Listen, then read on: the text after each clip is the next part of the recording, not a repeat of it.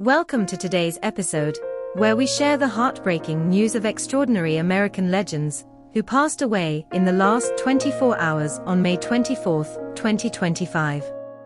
Join us as we pay tribute to their remarkable lives, legacies, and contributions that shaped our world. Their stories deserve to be honored, and we're here to celebrate their impact. If this resonates with you, please like, support, and subscribe to our channel for more heartfelt tributes and updates. Let's remember these icons together. Stay tuned. Guy Klucevsek. What if the accordion, that quirky instrument you might picture at a polka party, could redefine modern music? One man dared to make that happen, turning a humble squeeze box into a vessel for jazz, avant-garde, and everything in between. His name was Guy Klucevsek, and his story is unlike anything you'd expect. From a small Slovenian community to the stages of New York's experimental scene, he carved a path that changed how the world sees the accordion. Let's dive into the life of a musical maverick whose genius still echoes today. Growing up in a Slovenian enclave outside Pittsburgh, Pennsylvania, Guy Klucevsek was surrounded by the lively sounds of polka music. Born in 1947, he was just a kid when he first saw an accordion on TV, its bellows pumping out infectious rhythms. By age 5, he was begging his dad for one, and after a year of waiting, he got his wish. Those early days playing polkas at community gatherings weren't just a hobby, they were the spark that lit a lifelong fire. He didn't just play the accordion, he lived it, soaking up the traditions of his Slovenian roots. But his ambitions were far bigger than the local beer garden. Klucevsek wasn't content to stay in the polka lane. After high school, he studied composition at Indiana University of Pennsylvania, earning a BA in 1969, then a master's at the University of Pittsburgh in 1971. He even trained at the California Institute of the Arts under experimental pioneers like Morton Subotnick. This was the 1970s, a time when the accordion was often dismissed as a novelty, but Klucevsek saw its potential. He moved to Manhattan, diving headfirst into the city's free improvisation scene. His accordion became a voice for avant-garde and jazz, blending dizzying melodies with bold, unorthodox sounds. This wasn't your grandpa's polka band, it was a revolution in the making. His collaborations read like a who's who of modern music. Klucevsek shared stages and studios with Laurie Anderson, crafting experimental soundscapes, and John Zorn, pushing the boundaries of jazz. He played with Dave Douglas, Bill Frisell, and the Kronos Quartet, proving the accordion could hold its own in any genre.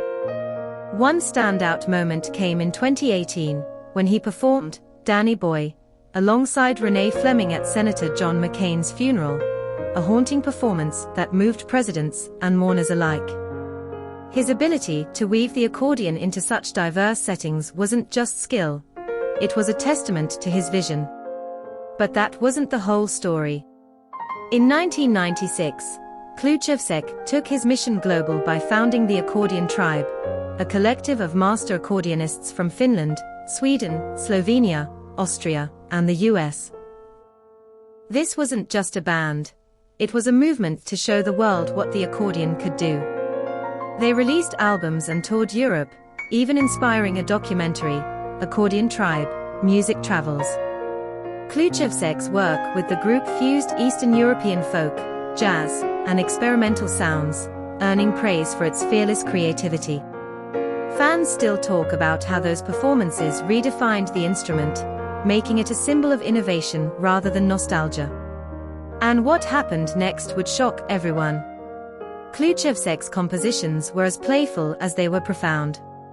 His project Polka from the Fringe invited composers to create wild, 3-minute polkas, resulting in a groundbreaking album that mixed humor with avant-garde flair.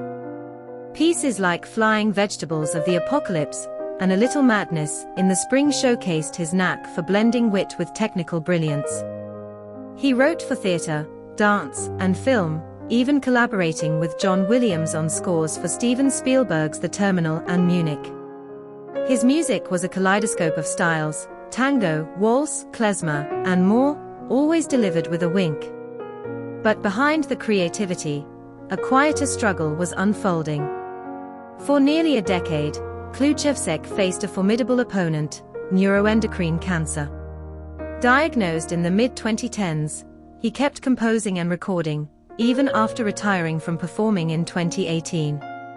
His 2023 album, Hope Dies Last, featured new works like the six-movement suite Industrious Angels, performed by friends like pianist Jenny Lin and violinist Todd Reynolds. The album's title, drawn from a haunting composition, reflected his resilience. He never let his illness define him, but it added a layer of urgency to his later work, with pieces that were both deeply moving and fiercely inventive. Yet, his story didn't end there. Klucevsek's passing on May 22, 2025, at age 78, sent ripples through the music world. Fans and musicians took to platforms like X, sharing tributes and speculating about unreleased compositions he may have left behind. Some posts claim he was working on a final project, though nothing's been confirmed. His influence on younger accordionists, like Will Holzhauser, is undeniable, but not without debate. Traditionalists sometimes grumbled that his experimental style strayed too far from the accordion's roots, while others argue he single-handedly revived the instrument's relevance. Rumors swirl about a potential posthumous release, with fans buzzing about what treasures might still emerge. His legacy, though, is already set in stone. Guy Klucevsek didn't just play the accordion, he redefined it. From polka halls to avant-garde stages, he showed that music knows no limits when passion meets innovation. His work with legends, his fearless compositions, and his global collaborations left a mark that won't fade. As we reflect on his journey, one question lingers: who will pick up the accordion next and carry his vision forward? His story challenges us to rethink what's possible, not just for one instrument, but for music itself. Jeff Margolis. What does it take to become the mastermind behind some of the biggest moments in TV history? Jeff Margolis, a name you might not know, but whose work you've definitely seen, shaped the way we experience awards, shows like the Oscars and Emmys. From humble beginnings to directing live events watched by millions, his story is packed with triumphs, challenges, and a few mysteries that still have people talking. Let's dive into the life of this Hollywood legend, who left us too soon in May 2025, and uncover what made him a true icon behind the camera.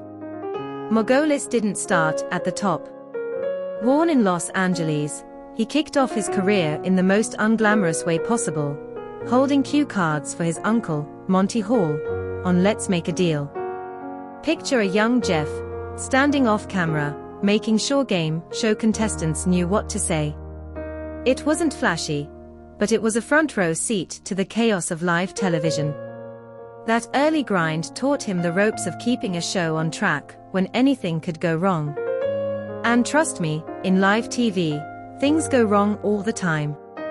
But that hands-on start was just the spark he needed to dream bigger. How does someone go from cue cards to directing the Oscars? The answer lies in his relentless drive and a knack for staying cool under pressure. By the 1970s, Margolis had climbed the ranks, moving from small gigs to directing some of the biggest stages in entertainment. He helmed 22 American Music Awards, 8 Oscar ceremonies, 7 Screen Actors Guild Awards, and even presidential galas. That's not just a resume, it's a legacy. His expertise in live TV made him the go-to guy for events where there's no room for mistakes. Imagine the stakes: millions watching, A-list stars in the room, and every second ticking by live. Margolis had a gift for making it look effortless. He once said his success came from kindness, never yelling or losing his temper, creating a family-like vibe on set. But pulling off those flawless broadcasts, that took a level of skill most could only dream of. And what happened next would cement his name in TV history. One of Margolis' proudest moments came in 1995, when he directed the 67th Academy Awards and took home an Emmy for it. That night, Hollywood's biggest stars, think Tom Hanks and Jessica Lange, shined under his direction, and the show ran like clockwork. But it wasn't just about the glitz. Margolis had a way of capturing raw, human moments that kept viewers glued to their screens. Whether it was a heartfelt acceptance speech, or an unexpected stage moment, he knew how to make every second count. Industry insiders still talk about how he could balance the chaos of live TV with a calm that put everyone at ease. But that wasn't the whole story. Behind those perfect broadcasts were stories of stars and egos that didn't always play nice. Margolis didn't just work with awards shows, he shared stages with legends like Frank Sinatra, Michael Jackson, and Cher. Directing specials for these icons meant navigating their larger-than-life personalities. Picture this: Margolis, calm and collected, directing Sinatra while the crooners team scrambled to meet his demands. Or working with Michael Jackson, whose perfectionism could have derailed any production.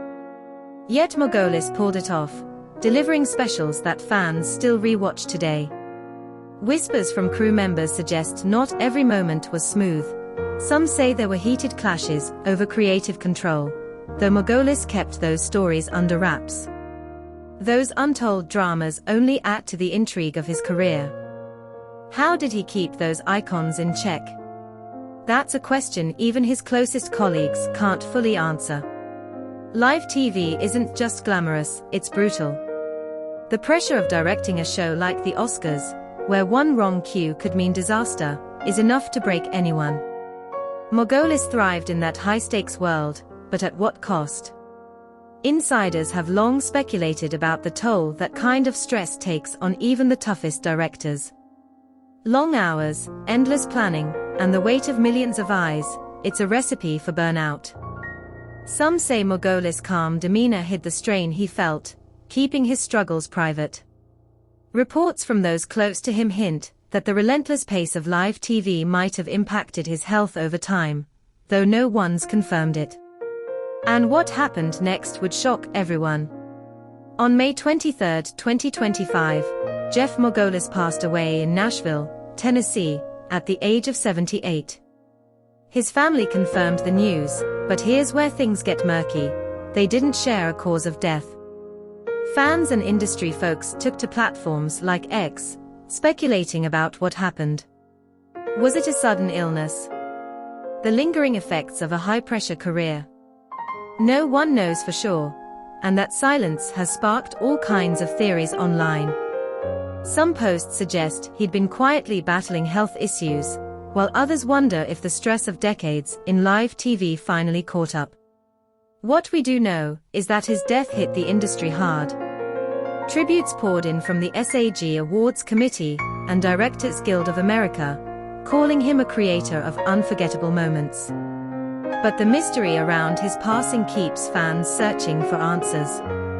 Margolis' legacy isn't just in the awards he won: 2 Directors Guild of America awards, 6 Emmy nominations, and Emmys for the 1995 Oscars, and Sammy Davis Jr.'s 60th anniversary celebration. It's in how he changed live TV.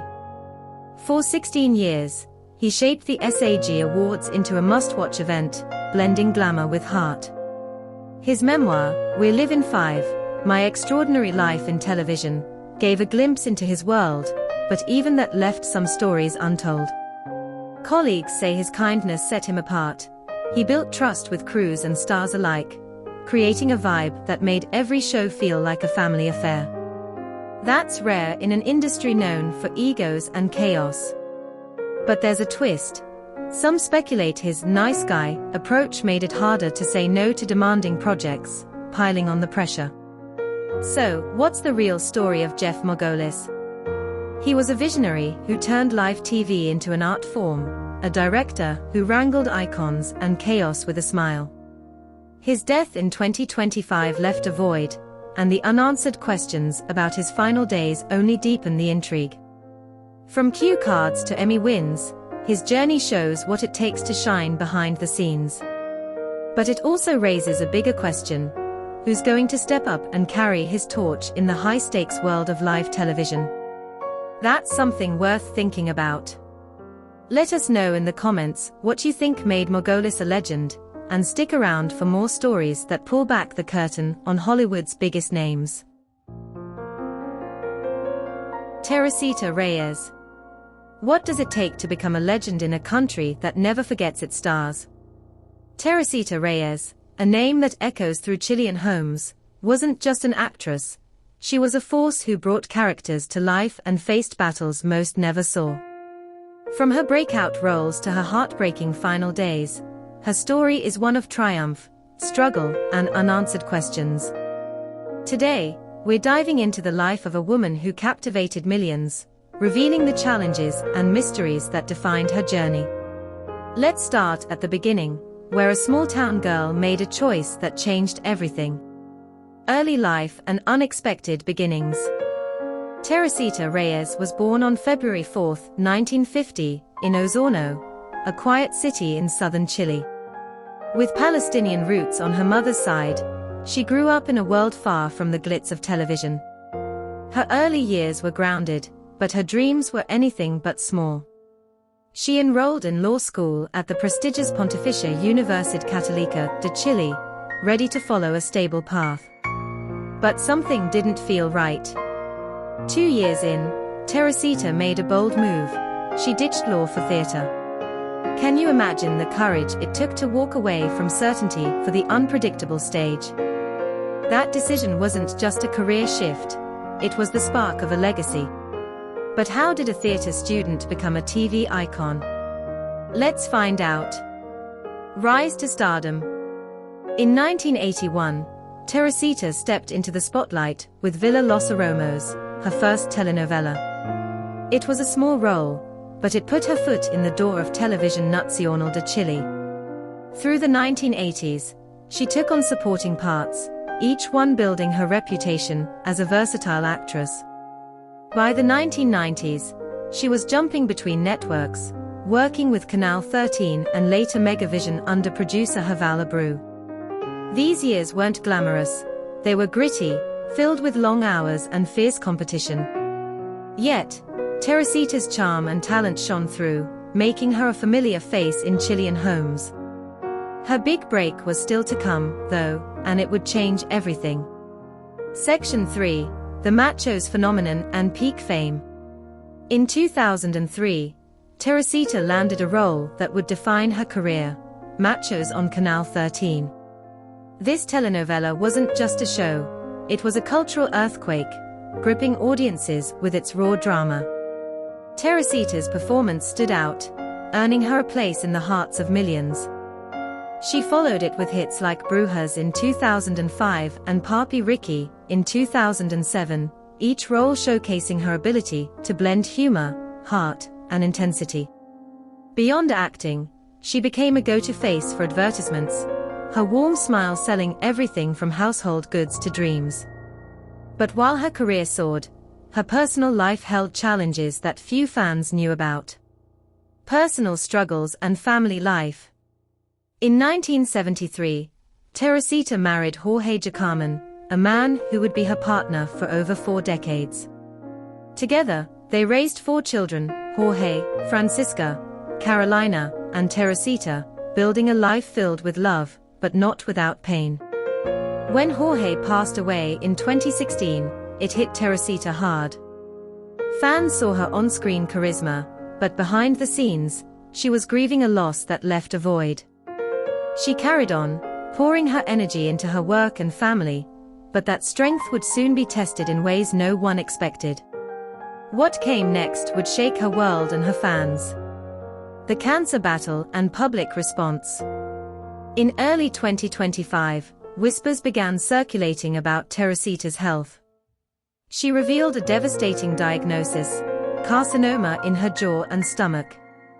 It was a brutal blow for a woman who seemed unstoppable. She underwent invasive surgery, followed by grueling chemotherapy at the Fundación Arturo López Pérez. Through Instagram, she shared glimpses of her fight, posting a photo with a victory sign, vowing to face the disease with courage. But complications arose. Her family shared that the chemo was taking a toll, affecting her heart and kidneys. Fans flooded social media with prayers, and posts on X showed an outpouring of love. Yet, some began to wonder, was the treatment too much for her body to handle? The answer wasn't clear, but the fight was far from over. Final days and controversial speculations. By mid-May 2025, Teresita was back in the hospital at Clínica Santa Maria. Her family's updates grew somber, revealing that her heart and kidneys were struggling. "It's complicated," her daughter said, asking for prayers to help her mother pull through. Rumors swirled online. Some fans speculated that the aggressive chemo might have pushed her body too far. Others questioned whether the medical system could have done more. Her family stayed focused, thanking supporters and emphasizing Teresita's peace in her final moments. On May 24, 2025, at 4 a.m., she passed away, surrounded by her children. The news hit hard, leaving fans with lingering questions about her treatment and the true cost of her battle. Legacy and unanswered questions. Teresita Reyes wasn't just an actress. She was a storyteller who brought Chile's spirit to life. From Villa Los Aromos to Como la Vida Misma, her roles spanned generations, each one a testament to her talent. Tributes poured in on X, with fans and celebrities like Soledad Oneto and José Miguel Vinuela calling her a great, whose work left an indelible mark. But her passing also sparked reflection. Could her treatment have been different? What stories did she leave untold? Her legacy lives on in the shows that defined Chilean TV, but the mysteries of her final days remind us how much we don't know about the stars we love.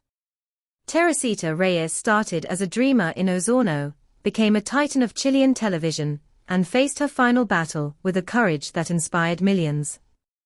Her life was a tapestry of triumphs, heartaches, and unspoken truths. As we remember her, we're left to wonder about the challenges she faced off-screen and the strength it took to shine through them.